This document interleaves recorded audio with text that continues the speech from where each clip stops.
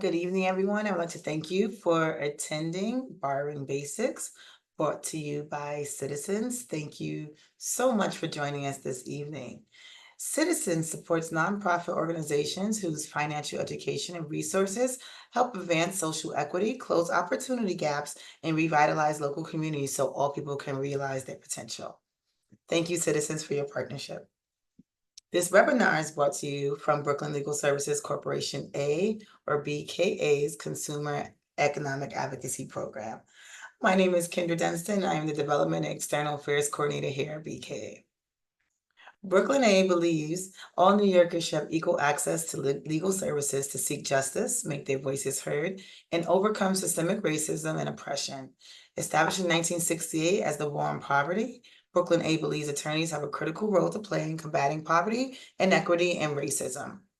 Our civil legal services, organizing efforts, and educational resources assist our clients in their communities in defending and mobilizing against harassment, displacement, and gentrification, and asserting their rights. Tonight's program is brought to you from our Consumer Economic Advocacy Program, or CEA, where they prevent foreclosures and defend against predatory lending.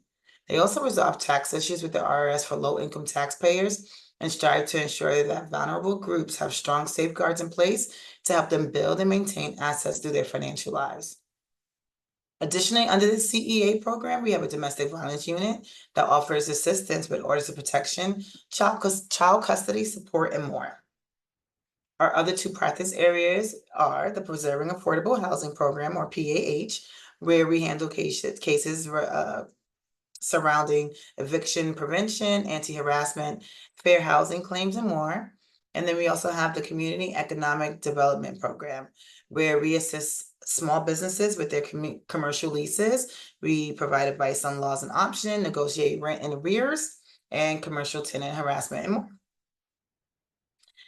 So I would like to introduce our presenters tonight. It is Alex Nippenberg, for our senior staff attorney and litigation specialist from Brooklyn A.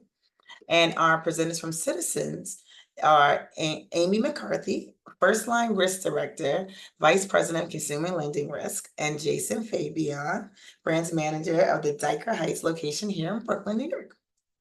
And tonight's webinar will help you review the options for affordable, safe, and secure housing. Now, we are just about ready to get started, but before I do, I'd like to let you all know that we will have a Q&A at the end of the program, and you will be able to type your questions in the Q&A box that you see on your screen, or you can use the hand raise feature and ask your questions directly to our presenters. At that point, I will unmute you, and you'll be able to ask them directly. So with that, I am going to turn it over to Alex. And good evening, everyone. Thank you so much for the introduction. And again, my name is Alex Knippenberg. I'm a senior staff attorney at Brooklyn Legal Services Corp. And, I primarily deal with foreclosures and other housing related work. And today I'm going to talk to you a little bit about the legal side of purchasing the home. So, most of the time when you're looking to buy property, you will work with a real estate agent or a broker, who is also referred to as realtor. All those people must be licensed by the state of New York. And there's several different important reasons why you should work with a broker. For example, they have a lot of market expertise and they have a lot of knowledge about the topic. So there's someone you can ask questions.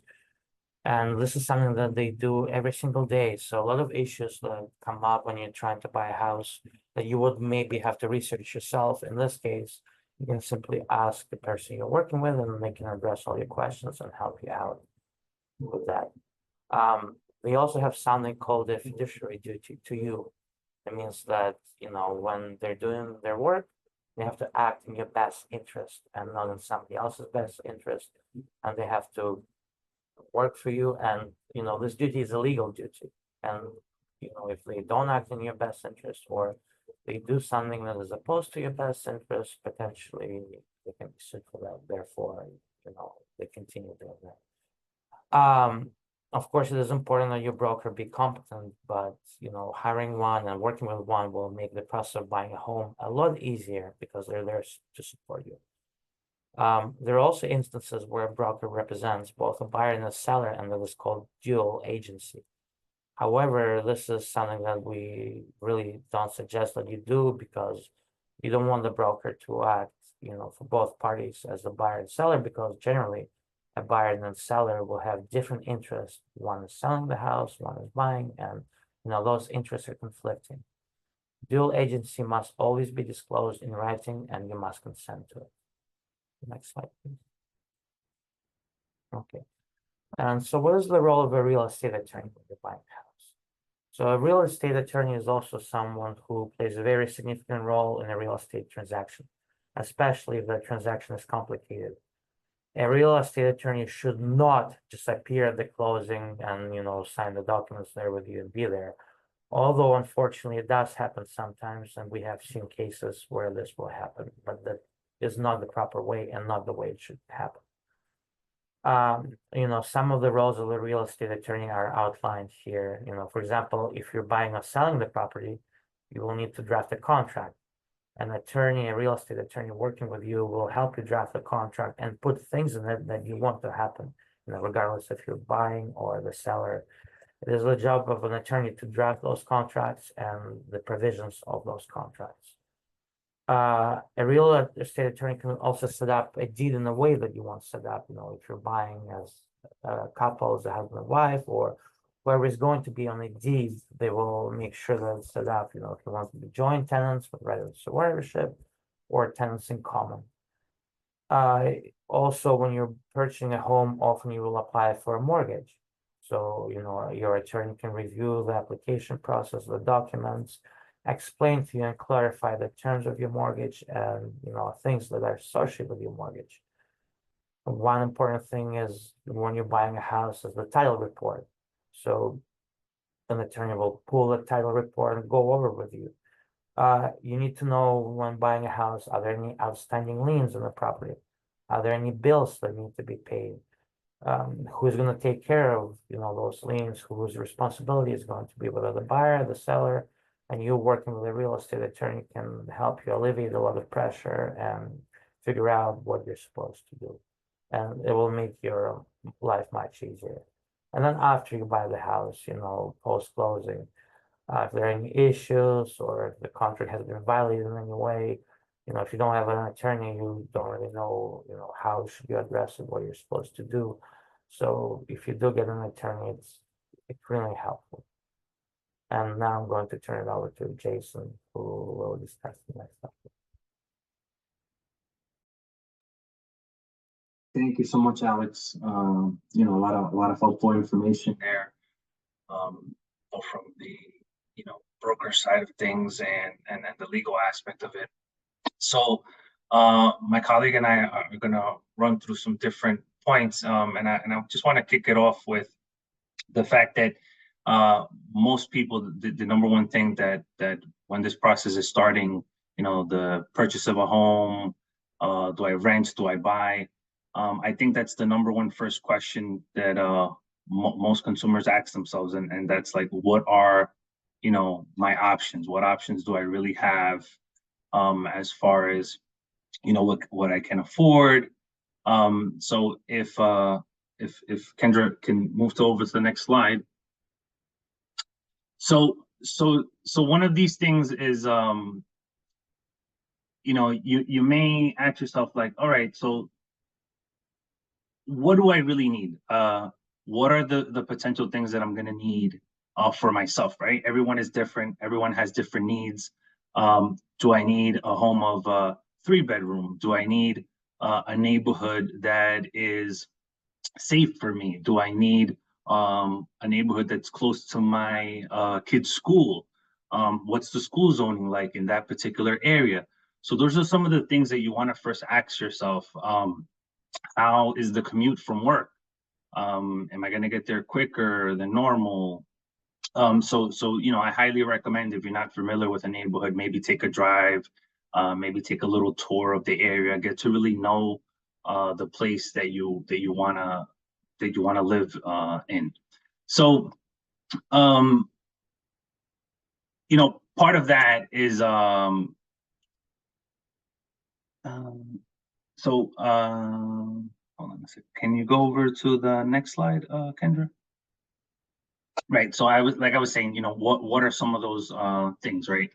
I mentioned to you, what do I really look for? Another question that kind of answers that is, you know, what are my specific needs, right? Because everyone is different, right? So, someone might need a larger home than someone else. Some people ask themselves, hey, do I really want to rent? Do I still want to rent? Do I still want to buy? So you got to start asking yourself, is the affordability aspect of it. So, okay, what is my annual income? What is my monthly income? And how does that break down for me? So if you could go to the next slide where, and I would love to see if some participants can maybe say what's important to them as far as home accessibility. Do they care more about the schooling? Do they care more about the safety of the area when it comes to what they're looking for and what they want to buy? What's some of the things that's important to them?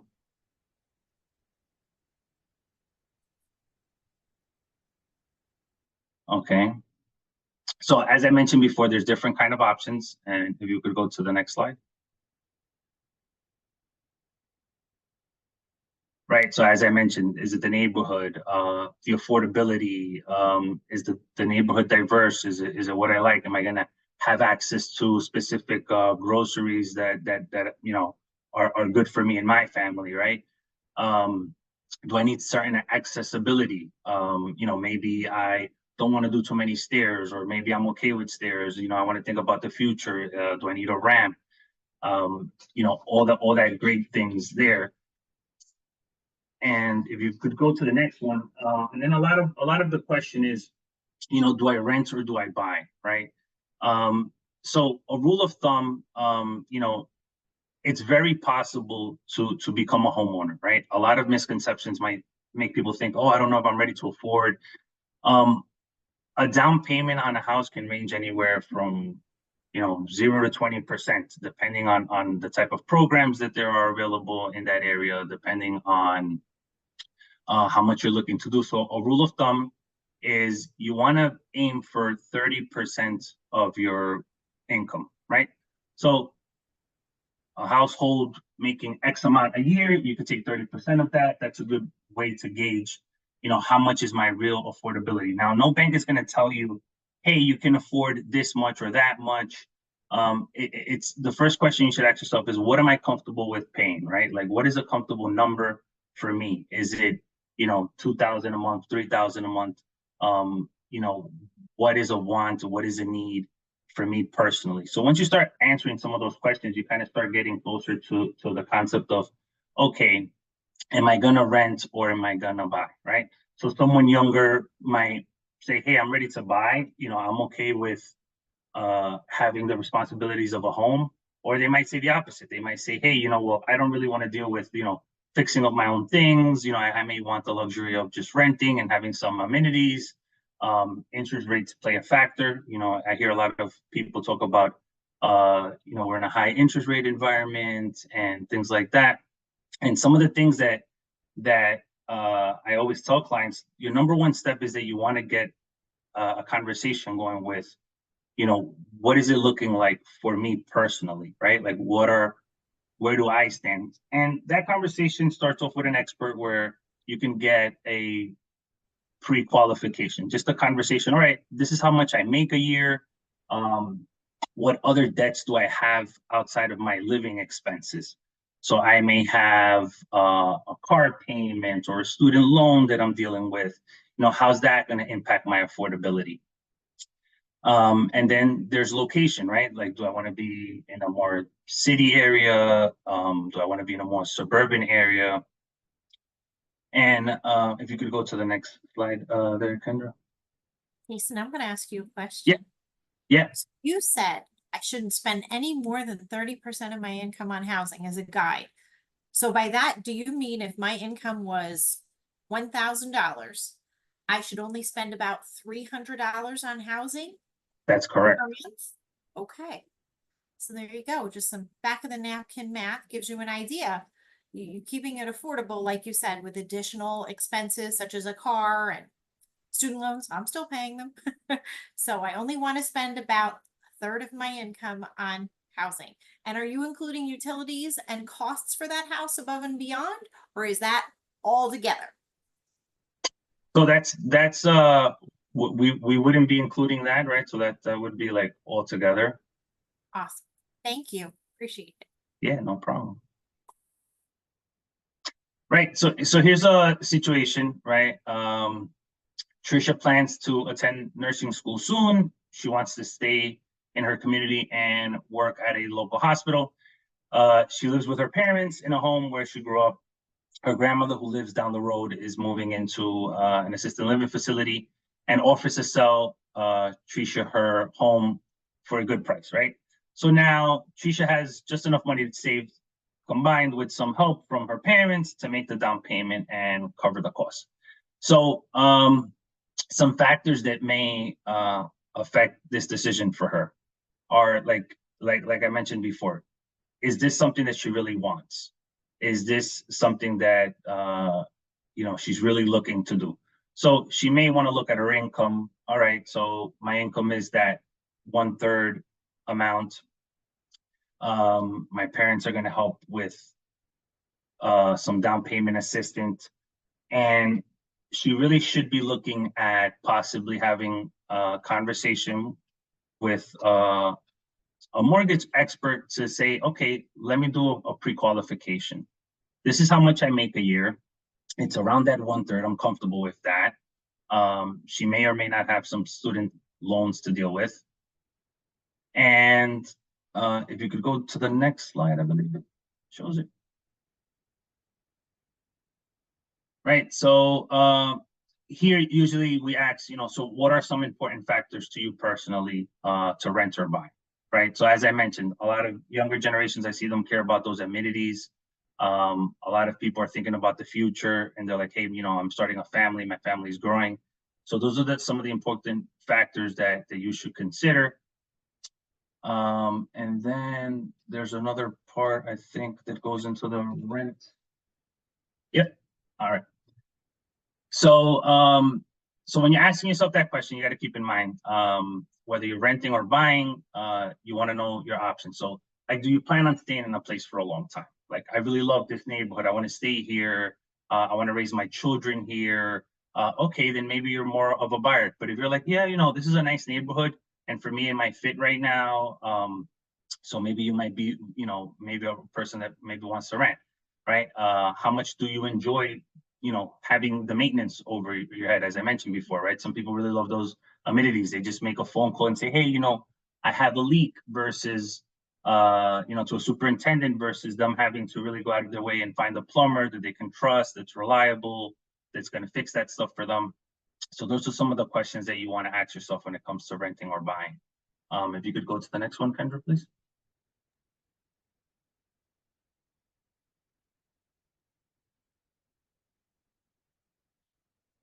Kendra?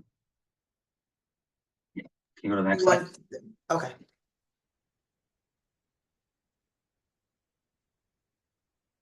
So, as I said, your options for renting may include, the size of the apartment. Am I going to rent a home that's privately owned? Am I going to get subsidizing housing? Is it going to be public housing? So those are your options when it comes to renting. Is it going to be a 1-bedroom, a 2-bedroom? And then if you could go to the next slide. And then if you were looking to buy, am I going to have a single family home? Am I going to look into a multi-family home or a townhouse, a condominium, or a co-op? And then there's manufactured homes or mobile homes, right? So just to quickly lay it out, we kind of, I'm pretty sure, know what a single family home is. Sometimes people have different programs and they decide to get a multi-family home, even if it's their first time buying a home, just because some lenders can give them access to looking at the rental income that may potentially come in. Some people like the setup of a townhouse. Townhouse, might be a nice, easier, affordable thing. They may have a community pool that's kind of close knit to the neighborhood, kind of a more of a gated atmosphere. Some people may just want that condominium where it still gives you that apartment feel, but you kind of own it yourself. And then a co-op similar to buying an apartment. Lenders do that. It's like having a shared interest in a whole entire unit. And then of course you have mobile homes, which can be a home that you could actually take and move to a different area where you can put your home in. If you could go to the next slide, Kendra, there.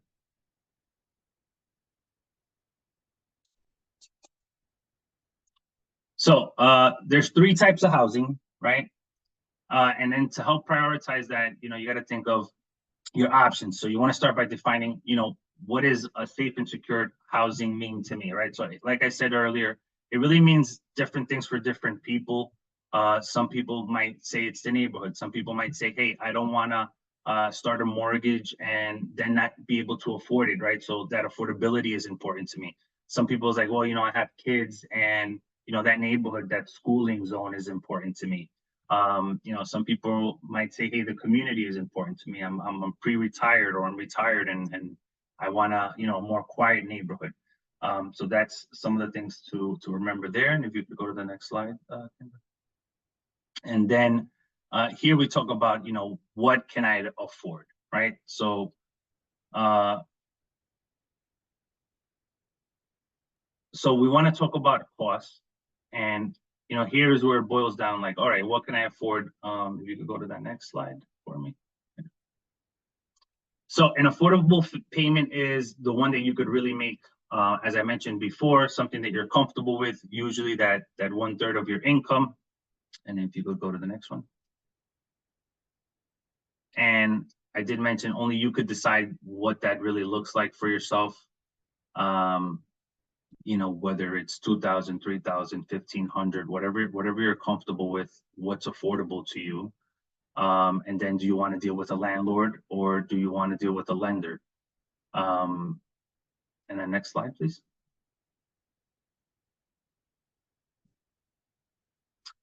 And then, you want to get an estimate. So here's a quick scenario of a couple, Pat and Sam. So here we see that they have, not going to read through this whole thing, but here we see that they have $10,000 basically saved aside that they saved in the last 4 years for themselves. And together it says here that they make an income of $48,000 a year annually gross. So their take home after taxes is $42,000. So they hear that a quick way to estimate these things, like I said, is that 1/3 or that 30% of their income. And they know that these are starting points of thinking about affordability, not necessarily what lenders will use to figure out, right? So lenders look at various things, there's various programs, but this is a good starting point for them to kind of get the wheels turning and say, okay, hey, we make this amount of money a year or this amount of money a month. How much can we comfortably afford without any strain on ourselves financially? So if you go to the next slide, so that's annual gross income. Like I said, it's that 30%. If you go to the next slide, another way to figure this out also, so you wanna look at your purchasing amount of your home probably as 3 times your annual income, right? So in this example, Pat and the spouse make about $48,000 per year. So we multiply that by 3. The answer is $144,000, right? So it might be helpful for them to know and say, all right, so this is the kind of home I should be looking to buy. Again, these are kind of just scenarios to get the wheels turning. The reality that you want to do is really look into, I can put down, anywhere from 3.5% to 20% on a home. What is that looking like for me personally? Am I gonna make that mortgage payment comfortably without a strain? And if you go to the next slide for me, Kendra. A quicker way that some people estimate that again, 1/3% is that they look at their monthly income instead of the whole annual income, and they say, okay, monthly costs, like I said, includes rent or mortgage payment, insurance, utilities, and maintenance, repairs. And it may or may not be a realistic thing to look at. So you want to go to the next slide for me? So if you look at your annual income and you want to figure that out a month, you just take your annual income, you divide it by 12 to get your monthly amount. And then again, you're looking at that 1/3. In this example, for Kendra and Pat, it would be, a monthly affordability of $1,200 per month. Right. So these are just raw numbers to help them kind of stay comfortable and get the wheels turning and say, okay, so we're aiming at a potential mortgage number of $1,200 a month, or a housing situation, whether it's renting, as far as their comfortability is. If you could go to the next slide for me, Kendra. Okay, so another quick method is that you look at your total income, and then you look at your total non-housing expenses. So this is things like your subscriptions, your other expenses that aren't kind of the roof over your head, and those utilities. And you subtract that and you see what's left, right? So whatever is left is basically considered that amount of money that's there for housing, right? So I'm gonna turn it over to Amy for this next slide. Is that the last? That kind of is. And Jason, thanks so much for covering that. I know everyone's very quiet. I can see that we've got Harrison, John, and Myra out there. I do not know Mr. or Ms. Watford's first name based on how you've registered, but by a show of hands or voting, how many people are currently renters? You can either pop it in the chat or raise your hand. I'd love to know, where folks are in their journey about potentially either securing a new apartment or moving from your parents, moving to a larger home, maybe even getting a mortgage. Great. Thank you, Harrison. Thank you, John. All right. So we do have some renters out there. You've been through this before. You've navigated the New York metro rental market. I think you deserve a medal. We've all paid broker's fees first and last. It's definitely a very competitive market. So this is a very topical discussion because housing is one of your largest expenses. So as you start to consider your next home, you do need to be very comfortable with kind of the economics of what this is. And thanks so much for teeing us up, Jason. I know we chatted about that 30% benchmark, or out of my example, and I'm using a simple one. If you had $1,000 of income a month, comfortably $300 of that would go to housing. So you have to think about, do I own a car? Do I have student loans? Do I have a credit card? What am I spending my other excess income on that I'm not saving for the future, if you will? So here's a lovely example of Pat and Sam. We're trying to gross up and kind of show exactly what they can afford in housing. So their take-home pay for job number one is $3,500 a month, or it's $42,000 annually divided by 12. So their total net income is $35,000 or $3,500. So just looking at their total net income, and I'd like for you all to type it in the chat, and it's okay. I'll even let you use your calculator on your phone, which I know everyone has nearby. If they only have a net income monthly of $3,500, approximately, how much should they consider paying for housing? Or what would be an affordable target for housing at a $35 or $3,500 a month net income? Don't be shy. Well, we would just multiply 3,500 by 0.30 to get a third of it, and it's about $1,050. So that's, a considerable expense when you think about how much they're taking. And that's just a guide. I know it's a personal decision. As Jason said, you will determine within your budget and income and expenses what makes sense for you and your situation and potentially your family. Next page. See, now look at this. We've got total non-housing expenses. So we were at $3,500 left over, and we've got $2,360 of non-housing, and we figured out that $1,050 is about their amount that would be reasonable So if we were gonna take that 1,050 and add 2,360, we're pretty close to their total income. So it'll be very interesting to see what their budget is, what they're considering, and whether, right now is the time to rent or buy. Next page. They already did the math for me. And I know our fans are not loving chatting about the math, but this kind of lays it out for you. Like I said, that 3,500 take home, plus their non-housing expenses is 2,360. 1140 is left, and we said about 1,050 is about where they should be for their housing. Doesn't leave a lot for emergencies or expenses. If you're thinking about, insurance, utilities, water, what if they need to pay for parking, the subway, all these things that we all deal with. So this one is an example where, you'd have to determine what really suits their future goals, what type of housing they want, and if they should consider making a switch. Kendra, next slide, please. Okay, estimating what I can afford. I know we're doing a fourth grade math problem, and I appreciate you bearing with me. Your net income is really important. I'm sure you all know what that is. That's, what ends up via direct deposit or a check, maybe every week or every other week. That's a number that you're bringing in as income that you have available to spend. But I'm sure, folks on this call are thinking about saving as well. They may be investing for retirement. They may be, putting money in a savings account for a rainy day. They could be saving for a down payment, quite frankly.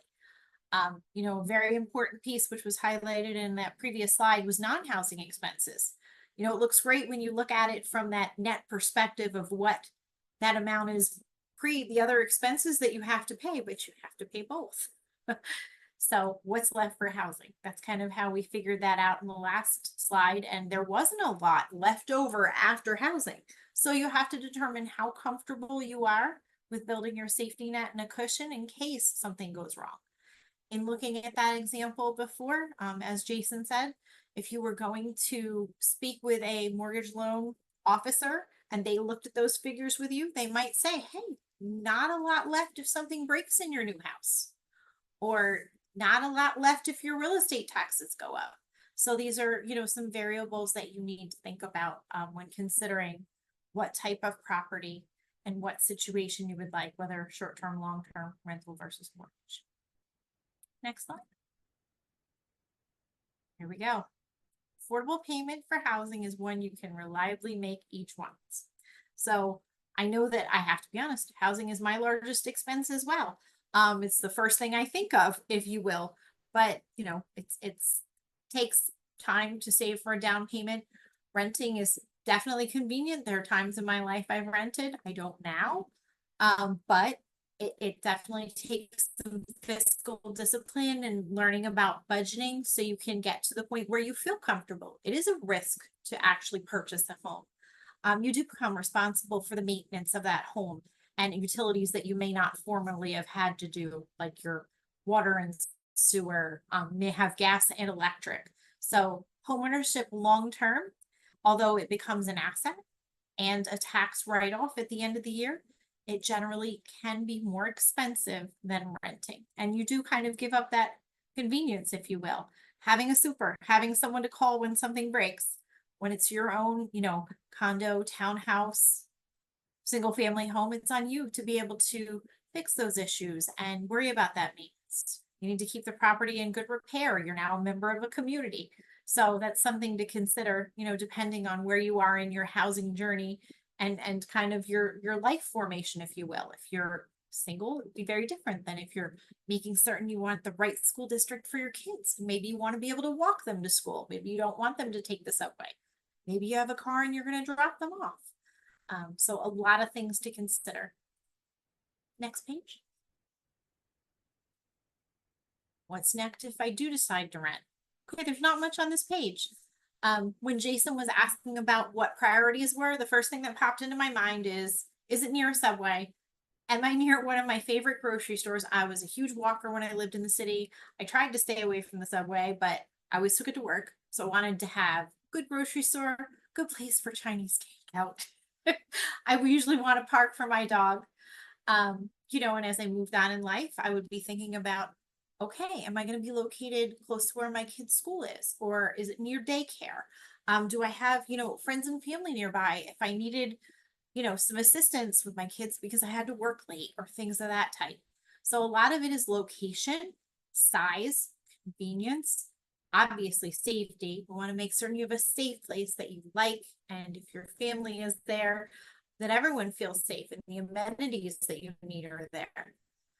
As you move on in life, even in the city, you can, purchase a car. Do I have a place to park it? Do I have to pay for parking?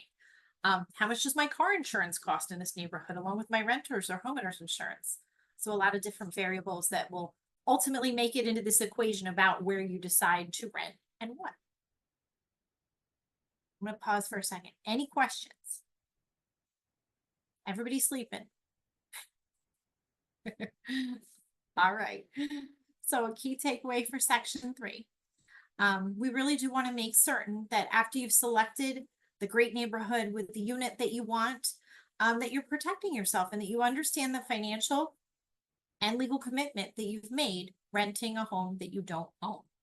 So, one of the major parts that, when you get a mortgage, like Alex let us know up front, you generally get an attorney to help you through this process. When you rent, it's not always the same. A rent is a rental agreement is, and a lease is a legal agreement. You agree to pay a certain amount of money over a certain amount of time, and there are terms and conditions that if you don't follow through to those lease agreement terms. So you want to make certain that you do understand, if I rent this for 12 months, this is what it costs. For example, I'm going to say I'm going to pay $1,000 a month or $24,000 a year for this place. What happens if I leave early? Many leases have penalties for you leaving early. They say you might need to pay 1 to 2 months worth of rent to leave early. So can you afford to maintain your financial status and stay for the period of time you wanted to? Or if you were forced to depart, or if you needed to leave or relocate, would you be able to pay the penalty?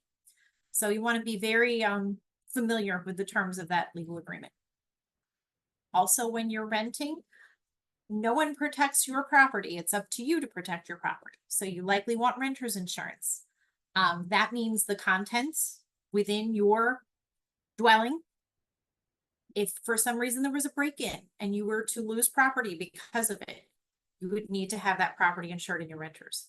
If you happen to have a leak or there was damage that happened to the unit because of you or your negligence, depending, you would need to look at the terms in that renter's agreement about what it covers, because generally a security deposit is taken and you understand if there's some damage incurred, if there was a leak or, some damage, your renter's insurance may or may not cover it. That might come out of your security deposit when you leave. So it's a good idea to know what your renter's insurance policy does and does not cover, what the policy about your security deposit is, if there's damage, what happens if you leave early, just, some of the consequences of entering into a lease agreement, which is legally binding. So steps to renting. Generally, and this page is not very full, generally you start with an application. It might be on the next page, but in New York, you probably find a broker who's going to help you find the neighborhood that you like, or maybe you already live in a neighborhood you love, but your landlord decided to sell and you're not ready to buy. Generally I would say you want to figure out where you want to live. Do you want to be in this neighborhood? Is it everything you need? Will it meet your future needs, or is it going to be short-term? It's going to be that 12-month lease we just talked about. How much space do you need? As Jason said, if it's just you, could you do a studio, or did you need one apartment, or did you need 1 bedroom or 2? Do you need parking? What sort of amenities do you like? Do you want a secured building? Do you want a doorman building? Do you want an elevator? Do you want to walk up? I feel like I've had them all now. But these things cost. Yes, my 8th floor walk up was cheap. I don't want that at this age. So, the more amenities and space, unfortunately, the higher the expense. And that's when it comes down to brass tacks and where you pull out your iPhone or your calculator and you figure out what you afford, because obviously housing is generally one of your largest expenses. So it's a good idea to get, if you haven't started a budget or if you're not that familiar, hey, take out your pay stub and get familiar with what that looks like. And you can gross that up to your monthly and your annually. So you can set, a good floor and ceiling about what you truly can afford, because you don't want to be rental or house poor. You want to be able to go out and do everything that's fun. You want to be able to ensure you can service all the other debt that you might have, or maybe you have no other debt, which is fantastic and puts you in a better space. Last but not least, you want to be assured you understand what your credit is and how it affects your ability to rent or buy. It's a competitive housing market, and your credit likely will be run. Some brokers will actually run their credit before they take you as a client, because they know if you're like, I want to be on the Upper East Side, and they're like, your credit score is 580. And we know that rents here for a 1-bedroom are about $4,000, and you're making 50 grand a year. They're going to know you can't afford it. And unfortunately, it's a tough fact of life that your credit does affect your ability to obtain affordable, safe housing. So I'm a big proponent of you knowing what's on your credit report and making certain it's accurate, so that all of the possibilities of where you want to, be and live are there for you. Next page, Kendra. Oh, there you go. Research options. There's lots of websites out there. There's lots of, I don't know, in New York City, the brokers work. I'm sure the rest of the world can use realtor.com and all of those things, but in New York, generally, we have brokers. Understanding how much that financial commitment is up front. Like we spoke about brokers, you usually pay one month's rent to even get the broker to secure the apartment. You're usually paying first and last month's rent. That can be, several $1,000s before you even get keys. So it's definitely a good idea to understand that upfront commitment and be very happy with that neighborhood, because there are some fees that come with that rental. You go into, the suburbs, go to Long Island or go to New Jersey or whatever, you don't have to pay a broker fee, but I'm not saying that's what you need to do. I'm sorry to interrupt too. Okay, Alex, I'm not sure if you are aware or not, but is it still legal to charge in New York, broker's fees plus the first and last month rent and security? Great question. I've seen, the law has changed, but the last month, no, you can't charge the last month at the same time. But they still charge broker's fee and, security deposit all the time, although I have seen that the law changed, but I think it's just within the last month. That's Okay, excellent. thank Thank you you. for keeping me honest, Alex. The last time I had to rent a place, we're going to age me here, I had to pay first and last month plus the broker. That's actually what forced me to buy my apartment at one point. Not forced me, encouraged me. Made me understand and realize it would be better to invest in something that I owned than give someone a fee for something of which I did not derive value. So, we've been over this a lot. I'm not going to go over this list. I'm going to ask everyone who is attending, what is your first priority when you are thinking of where you want to live? I know I gave you some of mine. I want to know from our audience, what is the first priority? What is the first thing that you think of when you are deciding where you want to live? Is it convenience? Is it close to your church? Is it close to your work? You can put it in the chat, or you can raise your hand and just unmute and tell me. Safety, excellent, very important. Very, very important. Anyone else? Insecurity, that's a high one. Understood. I appreciate it. I'm the same way. I was a single lady a long time living alone in New York City. So I understand that a lot. Not going to say I had a doorman break up with a boy or two, but I might have. Safety. Anyone else? Okay, well, safety and security seems Harrison, like a safety and priority. security. Seems like a high priority, and I understand that implicitly. It's, we want to feel safe and secure in our home. We want to be able to walk our neighborhood. We want to be able to go to the bodega or grocery store and walk home with our stuff. We have a car. We might want to park it on the street. We might want to be able to park it in a deck close by. I absolutely understand that. There's some here that, we didn't mention, but I absolutely say distance to work, childcare, medical, dog park, playgrounds, parks, accessibility features for people with disabilities. I definitely have older relatives that would want to visit me. My building had to have an elevator. I couldn't expect my grandmother to go up eight flights of stairs on my walk up. So some things that we definitely needed in a building. Excellent. Next page. Okay. Figuring out what kind of place. Comes a lot to space. I know that Jason was great in kind of letting us know what's out there. But I mean, I can tell you quite honestly,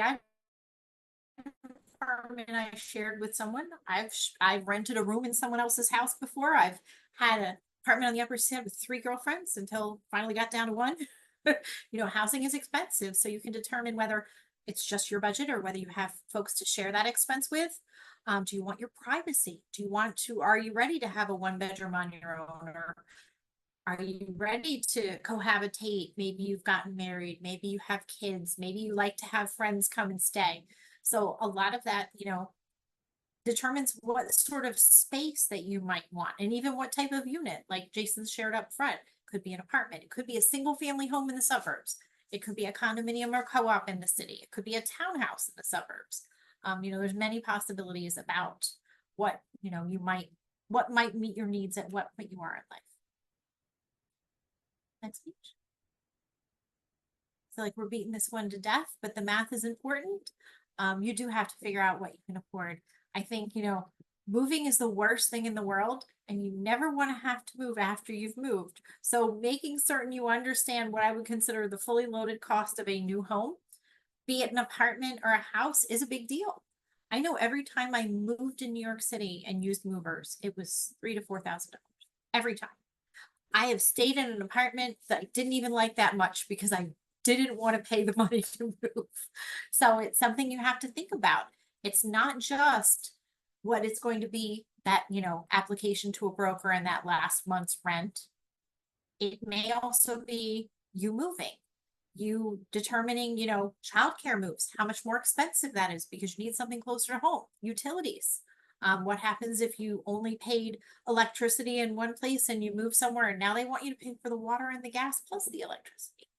So it's a good idea to ask a lot of questions in the process once you've determined what type of house you want and what amenities you need and how much that costs. Next page. And Amy, just real quick, I'll add to some of the things you're sharing. A lot of people need to know that your bank, whether it be us or any other financial institution, is always there to help you guide this, right? So a lot of what we share is there are personal decisions that we're going to make with how much we can afford, but just to quickly take you through what the transaction is, because I think most people might also shut themselves out of saying, hey, I could afford a mortgage versus renting, because that's my dream, right? I want to have a home for my family, or right now that's not a priority for me, as we're mentioning, for those of us that want to rent. And just real quick, your initial step is a pre-qual, where you have a conversation with someone like a mortgage officer. We'll go over some of those numbers and details with you personally. Okay, how much you make, what can you afford? This is what it's looking like. Where's your credit rating as far as your score and things like that? This way you can kind of have a roadmap, even if you're not ready then and there. You'll know later on, okay, maybe I got to improve my credit. Okay, maybe my income needs to grow a little bit more before I'm ready for that. And then if you are ready, phase 2 is now getting the pre-approval letter from the lending institution, right? So now you said you make $50,000 a year. Let's see that on the tax return and so forth. And they're going to take you into the next phase and give you a letter that's good for that realtor or broker to take you, house shopping. It's not like going into a store. You can't just say, hey, I want to see that house up the block that they're selling. They want to see that you're serious about buying it. And then you make an offer and both parties agrees, and then you go over to someone like Alex or someone with his expertise. And I'm not sure if Alex shared that part. They look into things like making sure that the transaction is secured as far as the title on the property and so forth.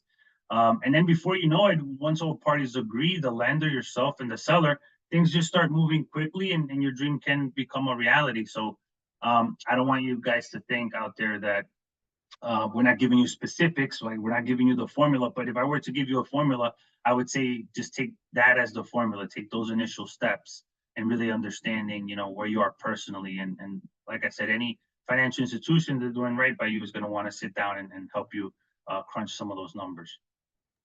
No, Jason, that's an absolutely great point. There's a lot of information available out there for you to start a homeownership journey, even in a preparatory phase. I mean, I know we're talking, and as Jason stated up front, there are many opportunities and many different loan products available for people to purchase homes. And there's also closing cost grants and things that help defray that, it is difficult to come up with a down payment. It's not a small commitment. But when I would say, if you're very interested or looking to start considering purchasing a home, I would look at Housing and Urban Development's website. There is first-time home buyer counseling resources there. The Consumer Financial Protection Bureau website has similar information. Citizens has tools that we can help walk you through that path. Jason is in New York. I know that our mortgage division has closing cost grants and forgivable to assist in mitigating some of the cost of purchasing a home. So it's definitely something that you should go out and look and see. Excellent. There we go. We've got a question in here for Alex. And thank you, Mr. or Ms. Watford. He asked that we please repeat the answer regarding the current three-way broker fees. So they're still allowed to charge the broker fees, but my understanding that you no longer have to pay the last month of the rent when you're making a deposit. You still have a lot, first month security deposit plus, sometimes broker fees. Not everyone charges broker fees, but they're still legal.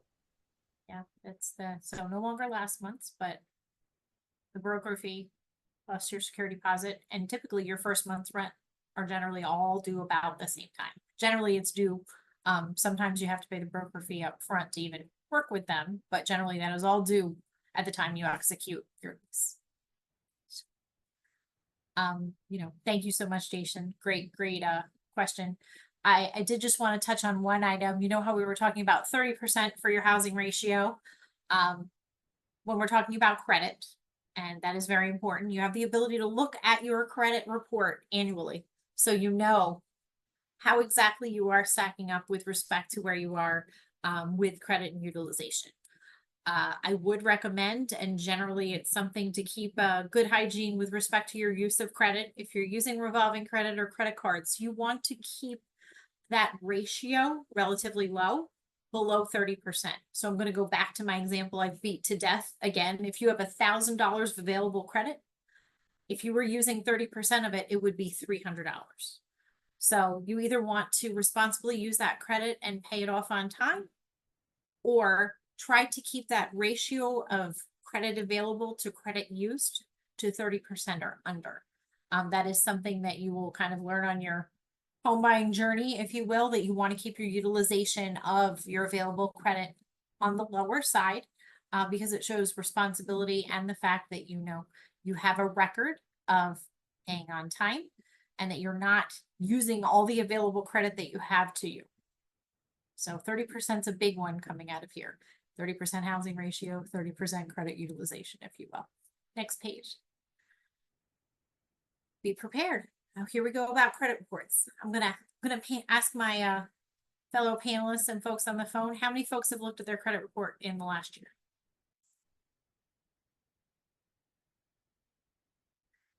Do you know if you are declined for credit or a job that you have the ability to get a credit report for free? You are able to get a credit report annually for free, or if you are declined for credit by anyone. So if you happen to, use a credit card and request, a credit line increase, and they turn you down and they send you a letter saying, at this time, we are not going to extend you additional credit because your usage is too high. You have every right to respond to that. There'll be a link or a website on that piece of paper that they send you, and you can get a copy of your credit report. So you can make sure that what they're saying is true. If you know, I don't know anything on this credit card, why are they turning me down? They're looking at your whole credit profile, student loans, your car loans, any credit cards, personal loans, mortgage. They're looking at your holistic credit picture of all obligations, and they put a score on that. It's your performance for the length of time you've had that credit. Are you paying it on time? And how much credit are you using?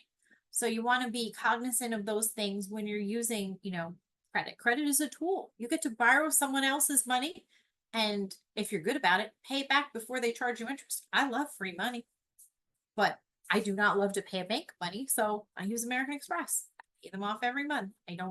Paying interest is dirty to me. But there are times where student loans, I'm very fortunate, had student loans that put me through college, and I pay them back on time. And that's a good track record of payments that is already out there in the world for you if you have that, and it helps you build your credit profile, if you will.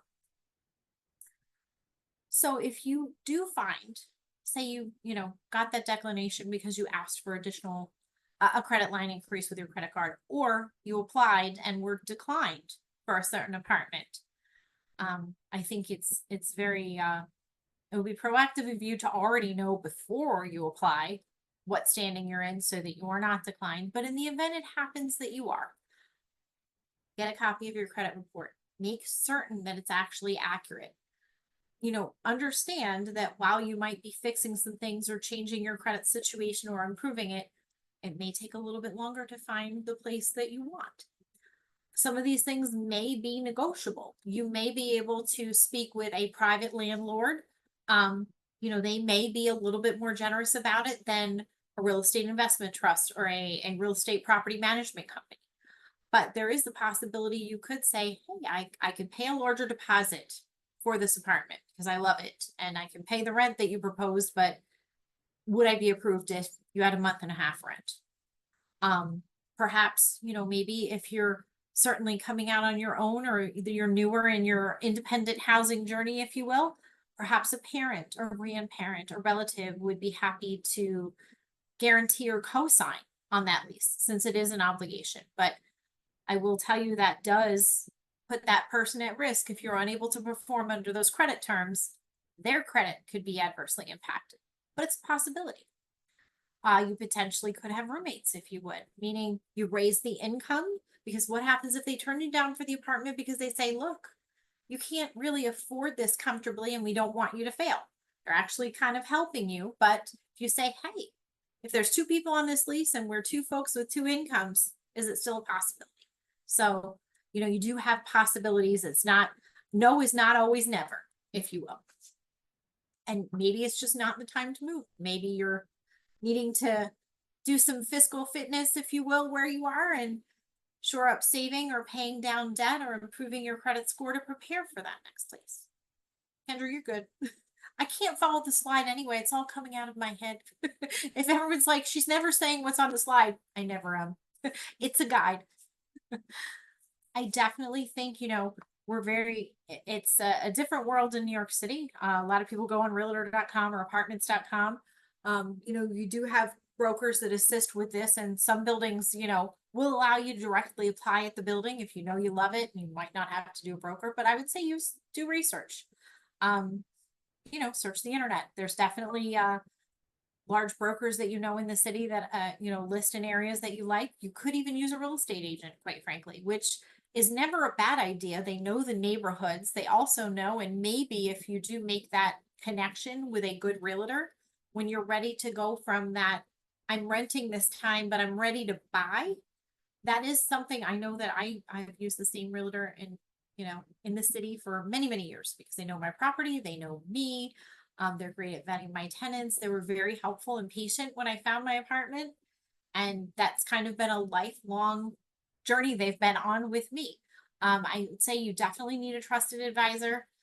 It's always a good idea to have someone who understands the market, your concerns, your financial condition, and your desires. So you're presented with the right type of properties for where you are in life. Next page. Okay. We've already covered this. You will have to pay the first month's rent before you move in. Security deposit. Security deposit is for the actual, landlord if you damage the place, and then you're paying for the rent. And possibly renter's insurance. I know that we're getting close to the bottom of the hour. A lot of this is repetitive. I am happy to pause and take questions. Kendra, you tell me what you want to do. Because there's no new content on these last pages. I've beat it all to death. Yeah, if anyone has questions, please drop them in the chat, and if you want to just breeze through the last ones, I'm happy to do so. Yeah, and I welcome anyone who's online. You're all so quiet. Haven't heard any of your voices, but I appreciate your comments. Feel free to, request to be unmuted or chat with us directly. Jason and I are here to help.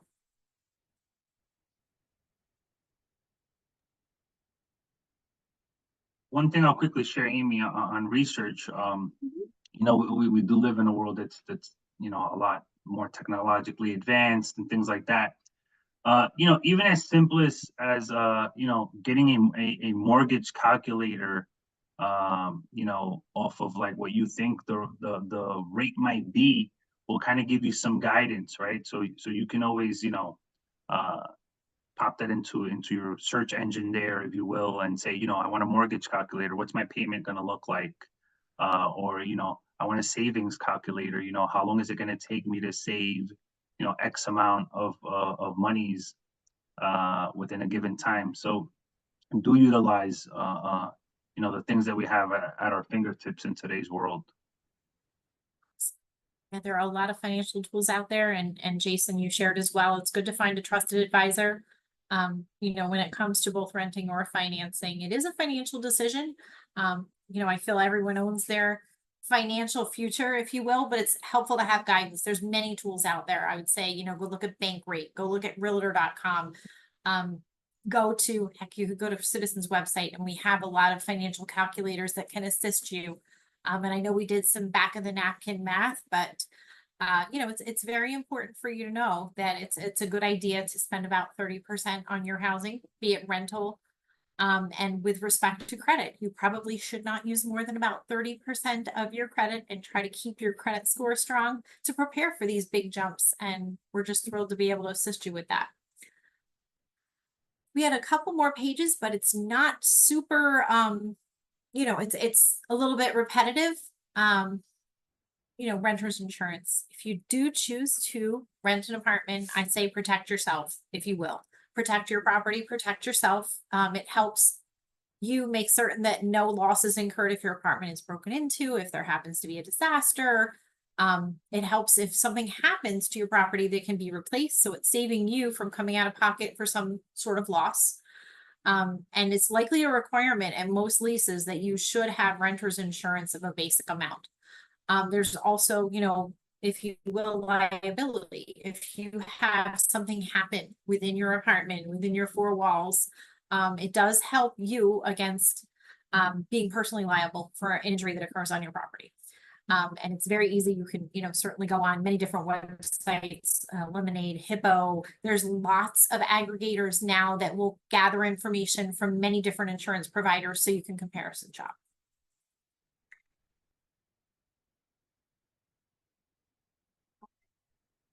This is very important. The Fair Housing Act, and Alexander will keep us honest on this. This applies to both renting and actually obtaining mortgage. And of course, Kendra knows this and likely helps and assists folks with this. The Fair Housing Act is ensuring that everyone is treated fairly and equitably in securing a safe home that they choose.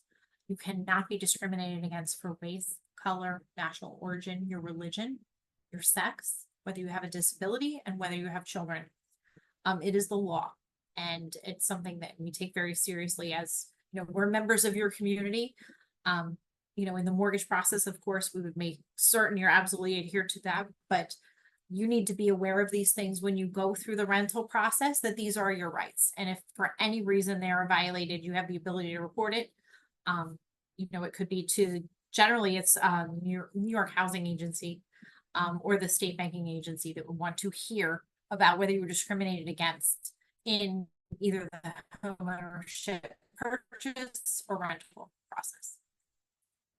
Or you have your friends that have sponsored this webinar. Okay.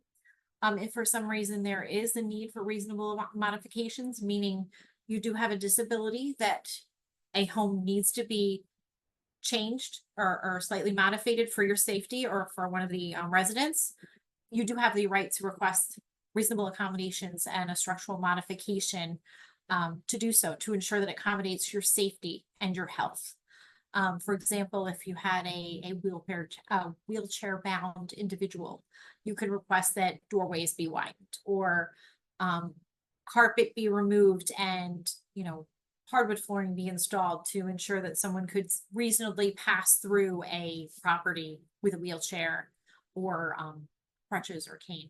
So it is something that folks that are choosing to be landlords need to be able to provide a safe and sound and secure place that any sort of renter who qualifies to use it may actually use it and enjoy their life. So it's a really important thing. And I know it's difficult, especially when you think about, you know, New York City. You don't think about that someone in a wheelchair might want that, you know, building that could be prohibitive. But if you are a landlord in New York City, you are generally required by law to provide safe and equitable housing to everyone. And if you do not, there are, you know, means by which that can be remedied. Don't be quiet about it if you see it happening. Next. I think I already covered all this. So, see, I told you can't follow it. There we go. We already talked about housing and urban development. Housing and Urban Development is a federal agency that supports the equitable renting and homeownership process of all U.S. citizens. I mentioned HUD.gov and the fact there's first-time homebuyer counseling available. There's also renters assistance counseling available on there. Your local housing authority. New York City has a housing authority. They have a website out there. I'm sure Kinder can pop it in the chat or give it to you, but I think, you know, these are available for free. Consumer Financial Protection Bureau has information out there about the homeownership process. So does our website. Legal aid and attorney. I'm very lucky. We've got many people on this call much smarter than me that work with a great organization that support, you know, legal aid and attorney services. Okay. All right. Takeaway for me is that housing needs to be equitable and fair, but it is our responsibility to ensure that we select the right place and can afford it. And I just hope that this was informative to you. I really appreciate everything that Jason shared regarding the homeownership journey as well. Something I'm very passionate about as too. Still a homeowner in New York. So I think although it's something that to aspire to, it's a tough city to rent in as well. So I wish everyone good luck and I hope we helped provide some guidance and assistance for you this evening. Okay. Well, here you go. And this is still the quandary. What are you going to do? How are you going to do it? And are you going to share with someone else? I kind of always think it's a good idea to have someone hear your plans and your dreams. They can co-sign and help you, but there's definitely professionals out there to help you as well, such as attorneys during the mortgage process or loan officer during the mortgage process or HUD qualified renters or homeownership counselors. Folks at the agency that Kendra works at. So there's many resources out there to help you secure the right home for the right time in your life for your financial condition. So thank you.